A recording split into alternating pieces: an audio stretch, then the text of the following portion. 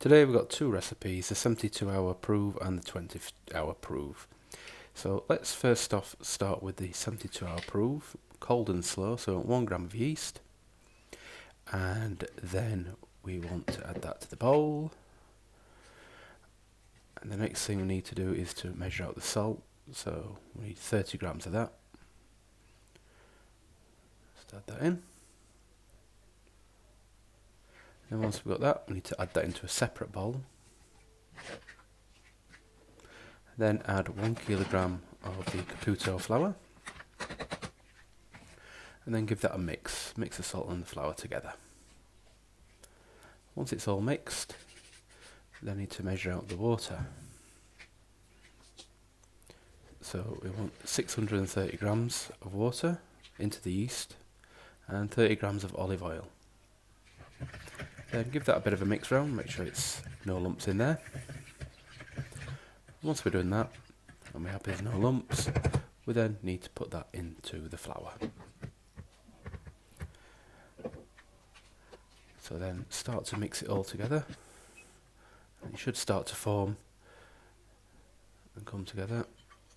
Then it's a case of bringing it out onto the board and then start to mixing it together for about 5 minutes.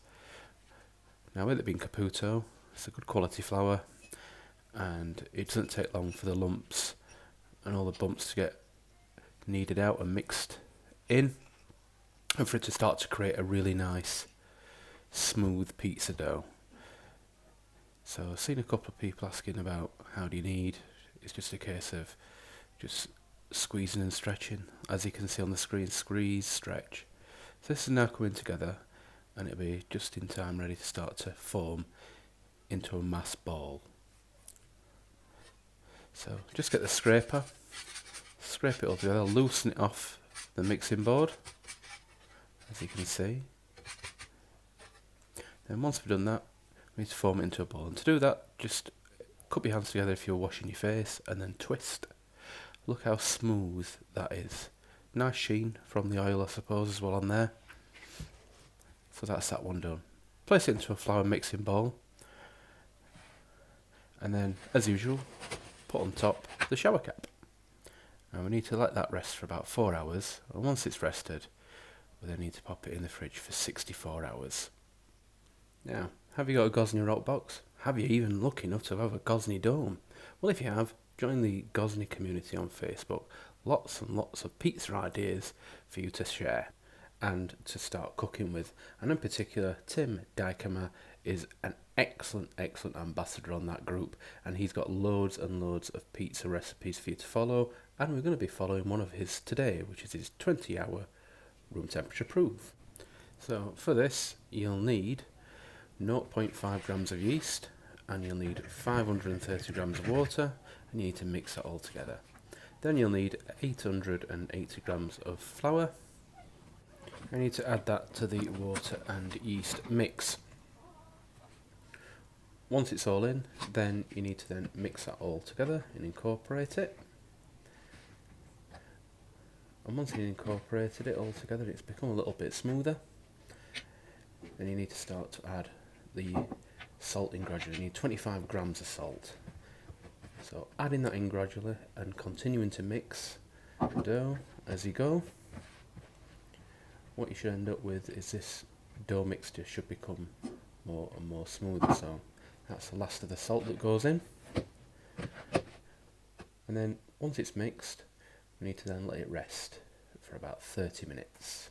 Once it's rested, we need to then give it a quick knead, just for 2 or 3 minutes, just to get it smooth, any excess lumps or bumps out, and then we'll need to start to smooth it out into its ball, like we showed you earlier. So there we go, we'll make that into a ball now, round and round, cupping your hands together, and eventually it becomes nice and smooth, as you can see there. There you go. Not got the same gloss on it because it's got no oil in there, but it is very smooth piece of dough. What we need to do, add that to a floured mixing bowl, and again, pop a shower cap over. Then we need to leave this at room temperature, no refrigeration required. So we need to leave it out for about 10 to 16 hours. So just before we boil up, we need to take the 72-hour cold proof out of the fridge, and now we'll start to boil it up. So this is now up to room temperature, and we'll take it out, and it's a little bit easier to work with when it's a bit warmer. If you take it out of the fridge too early, it will be quite stiff and not very easy to ball up.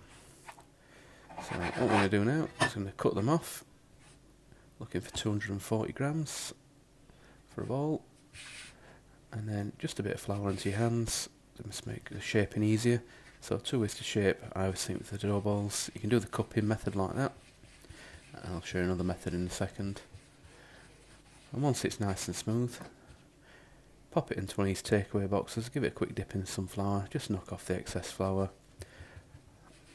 The tiniest of drops needs to go into the box, knock the excess out of there, and then put the lid on. And we're just going to mark this one up, just so we can tell the difference when we come to the pizza making. So on there, I've just put on cold ferment, CF. So next up, it's Tim's. So here we go. This is already at room temperature. It's not been anywhere near a fridge. So what we'll do, get all that out of the mixing bowl. And again, looking for 240 on these. And we're going to put it into a bit of flour. And here's the second method.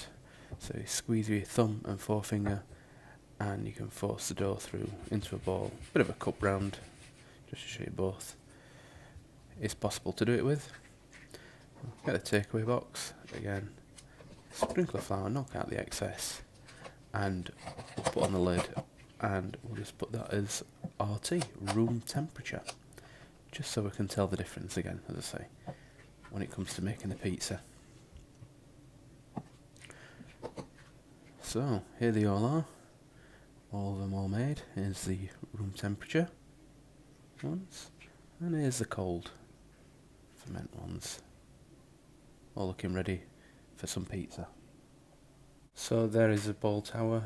You need to leave these out for at least 4 hours as a minimum. Just before that, a couple of tips on toppings. So it's always essential that you keep these things dry. So like mozzarella, use some paper towel, squeeze out that excess water. Same here with some sun-dried tomatoes. If you can just drain off the oil onto some paper towel. Again, some jalapenos. Again, getting any excess water off. So here's the toppings that we're going to be using for the pizza making. As I say, love loads of toppings that are on there. So pizza time. And we'll start off with Tim's room temperature. So nice and easy. Got it out of the box and put it onto a pile of flour. And then just make sure that both sides are dipped in flour. Just makes it stop it from sticking to the board or sticking to the peel. So you can let gravity, like the steering wheel method here, wipe all that excess away, place it on and just stretch it out. Let's get some tomato sauce on there. Lovely. Plant it just enough on, just to cover. Bit of hard cheese on, bit of mozzarella on, and then we'll put some fresh buffalo on next. Here we go. Just put a few slices of that on. I just find that having both sets of cheese just makes it a bit nicer. It's just my style. You may have your own. So onto the peel. Just straighten it out a little bit, and then we'll take it to the oven. So 400 degrees for the oven, as you can see on the dial. And now we'll just place it in there. So it's on full flame. We're just waiting for the back edge to rise. Get the turning peel ready. And we'll just start to gradually turn that round. As you can see, round and round it comes. And we're just getting a little bit of patterning on the crust. Turn that round, have a look underneath. Seems to be cooking fine. Take that out. Wow, looks lovely. Put that onto the chopping board and let's slice this up. Nice little bit of a crunch. It's very, very soft. Nice pizza to start us off. This is Tim's, and as you can see, lots of air, nice crust. And there you have it, that's Tim's 20-hour room temperature pizza dough recipe. So now on to the 72-hour cold and slow. And again, let's take that out of the box, dip it onto some flour, flour both sides, just reshape it a little bit if needed. And now we'll start to stretch the pizza dough out, start to form the pizza base. And on this method, I'm going to be doing it the old over the knuckles. So you can just steer it over your knuckles, clear off the excess, and then place down onto the board. Just a bit of a reshape, and we're ready to go. So let's pop some sauce on. And next we'll go in with some Parmigiano and a bit of grated mozzarella and a bit of fresh buffalo mozzarella as well, so keeping the two pizzas identical as possible. Onto the peel, just a bit of a reshape,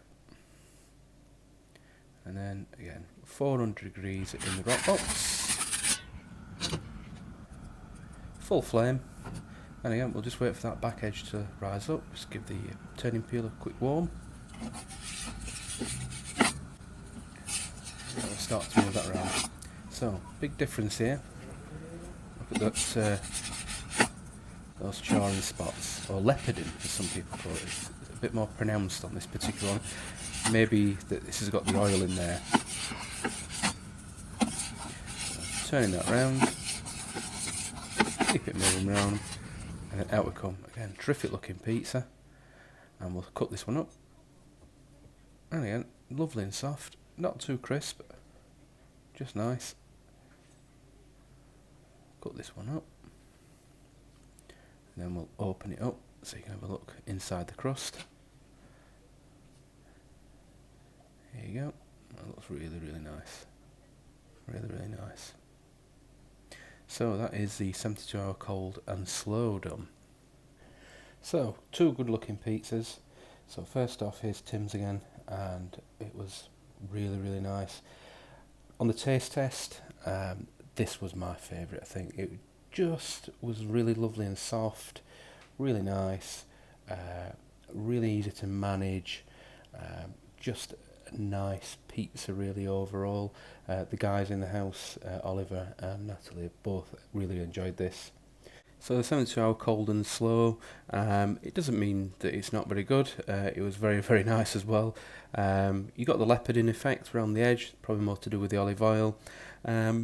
People say it adds flavour. I'm not so convinced it's my cup of tea in particular.